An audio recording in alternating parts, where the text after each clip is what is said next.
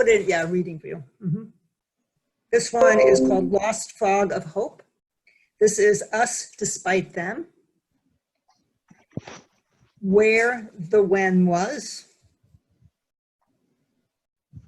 Never Again. Ancestral Fire.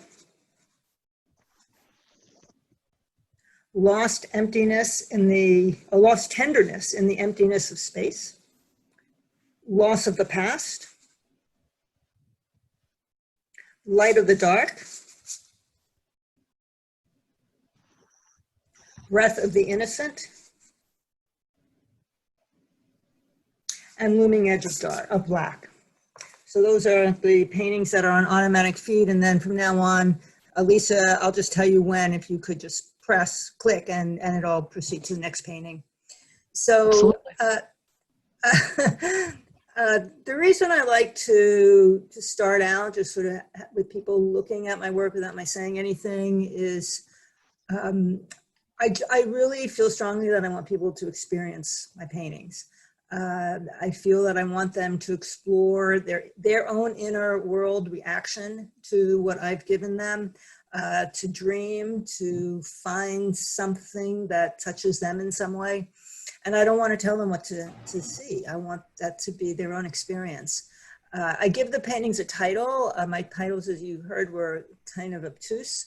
They actually are very specific to me.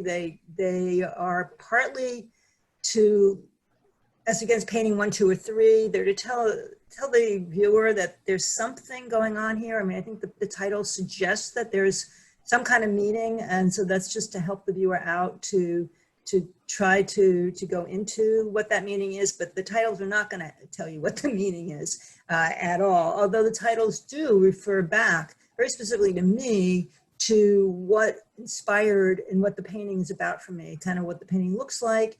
But also I work from something I've read, most recently mythology, ancient mythology, but I've also worked from short stories, poetry, fiction, and I'm trying to somehow get through the space, the light, the world that I'm creating, the color, the shapes. I'm trying to visually express what I feel is the emotional drama of the story that I've chosen. And I've been very happily surprised to find that often people will come up to me and say, I don't know what's going on here, but this is what I think. And they'll tell me a whole story, which is completely different from my story, except that the base emotional drama is so often kind of the same. And that just makes me really pleased. So I think of my paintings as landscapes with things happening in them. I know people think they're abstract, but I don't. I think they're landscapes, and I think there's a landscape world with a ground plane. And I wanted to show people what I did eons ago. So Lisa, next slide, please. Just click, should go to the next slide. So this is something I did just out of grad school pretty much. I was painting landscapes up here actually, where I am in rural northeastern Pennsylvania. It's very pretty up here. And I just sort of thought, I went to studio school. I really felt I was kind of in the tradition of Cézanne, of looking really closely at things and trying just to get a sense of what my perception was. How can I create organization out of this chaos? But I was also feeling that there was something else that I was doing. I wasn't just putting marks down that represented space and light. Lisa, next slide, please. This is what I would do in the winter when I couldn't paint. I made these really complex silk flowers, bouquets. I don't like flowers. I mean, I don't dislike flowers, but bouquets don't really do anything for me as flower bouquets. They're pretty, but I don't really have much response to them. But I really loved painting these because they felt to me like colored landscapes, but I really knew I was doing something else. And I read a book by Suzanne Langer, a philosopher, called The Philosophy in the New Key. So it's a much longer story. If I had more time, I'll say it. But she basically was trying to figure out what art is, how art affects our mind and what it means to us, and how it expresses something, because it seems to. And she came down with it was rhythm. And that made such an impact on me, that it was the rhythm of the marks, the rhythm of the light, the rhythm of the space. It's the rhythm of the piece, which is actually the language of the art. It could be poetry, music, dance. It's the language. And that's what's communicating. It's not the objects that communicate. So next one, please. So this is now jumping to more recent work. All my oil paintings are about 3 or 4 feet, and that you're seeing today. And this was a painting that I made in response to Apuleius's The Golden Ass, which is the only extant ancient Roman novel that we have. I'm not going to tell you what's going on in there because I want you to decide. Next one. This one's also was made from the Apuleius novel, Us Despite Them. Next one. This one was made from Ovid's Metamorphoses. I think you can maybe tell it's very thinly painted. It's basically a bunch of glazes. There's virtually no white in this painting except for just a little bit where you can tell in the middle, and maybe where that deeper blue is at the bottom, that area down. There's very, very little white in this painting. It's not an opaque painting. It's a very washy, thinly glazed painting, very airy. Next one, please. This one, on the other hand, is the opposite. It's very dense. This was made with a palette knife only. It's made from the Ramayana, which is an ancient epic, Indian epic, very important in ancient India still today. It's a very important story. I worked from that a long time. Next one, please. I wanted to show people that I also make these watercolors. My watercolors are about 7 to 8 inches by, I don't know, 10 or 11 inches. And they are also made from the stories that I'm reading. So this was made from Ovid's Metamorphoses. Next one, please.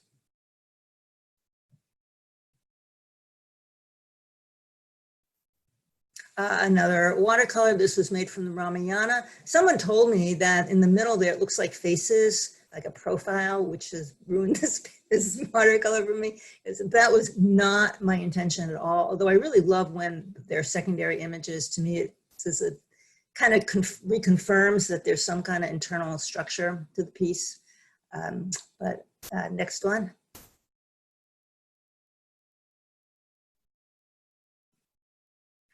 Another watercolor. This was made from Ovid's Metamorphoses. Next one.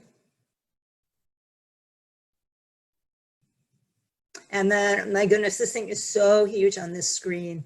I make these pen and ink drawings, and on my screen, I'm looking at a laptop. This thing is like 10 times the size of the actual drawing. Drawing is really small. This one is 2.5 inches by 4 inches. So if you're looking at today's meeting on your phone, that would probably give you a more accurate sense of the drawing. These are also made from, these stories. The yellow in here is colored pencil. Next one. Black is ink. And I think you can see that I love Rembrandt. I mean, I somehow feel like I am kind of bringing Rembrandt through me. We're both Cancers, it's a zodiac sign, and I was in graduate school, and I painted a still life with just black and white acrylic paint, and it was Rembrandt. It was just like I was channeling Rembrandt, and he's been with me ever since. His black and whites, his drawings, and his etchings. I think you can see that even in this charcoal. Pretty much all my charcoal drawings are made to help me understand what's going on, what will be going on in a painting, oil painting. And so I'm trying to understand what it is I want to say, the content, to whatever degree there is some kind of emotional content in there. I'm trying to give it form. I'm trying to understand the basic structure, like where things are. But you'll see as we go forward that it's not very specific in that sense. But so that's tinted paper, charcoal and tinted paper, and all these charcoals are about 27.5 by 35 inches. And next one. So here you saw this painting before, Breath of the Innocent, and if we go to the next slide, you'll see the drawing I made for this painting, the charcoal drawing I made for this painting. And you can see there's something that's similar. There's like a dark thing at the bottom left. There's like this diagonal thing in the middle. There's something sort of triangular on the lower right. There are these two things in the quadrants at the top. I mean, there's something similar in both of these, but obviously they're really different. The whole value kind of pattern is different really, and movement is different. Like everything's, it's totally different, but it isn't for me. It's fundamentally there. And the drawing, I work on my paintings a really long time, could be a month, 2 months, could be a year. And so the drawings are not only giving me a sense of the basic form, but they're also helping to remind me what I'm trying to say in the painting. The next one, please.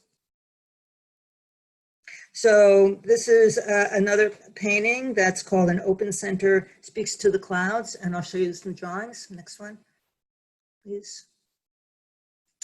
So we have a pen and ink drawing here, and again, you can see it's like there's a light thing in the middle, these two diagonal things on the bottom sides, there's like something on the top left, but it's like totally different, but it's still really these drawings. I couldn't do, well, I don't know, sometimes I make paintings without the drawings, but the drawings are just really helpful for me. They're drawings in their own right, but also really helpful for me with the paintings. Next one, please.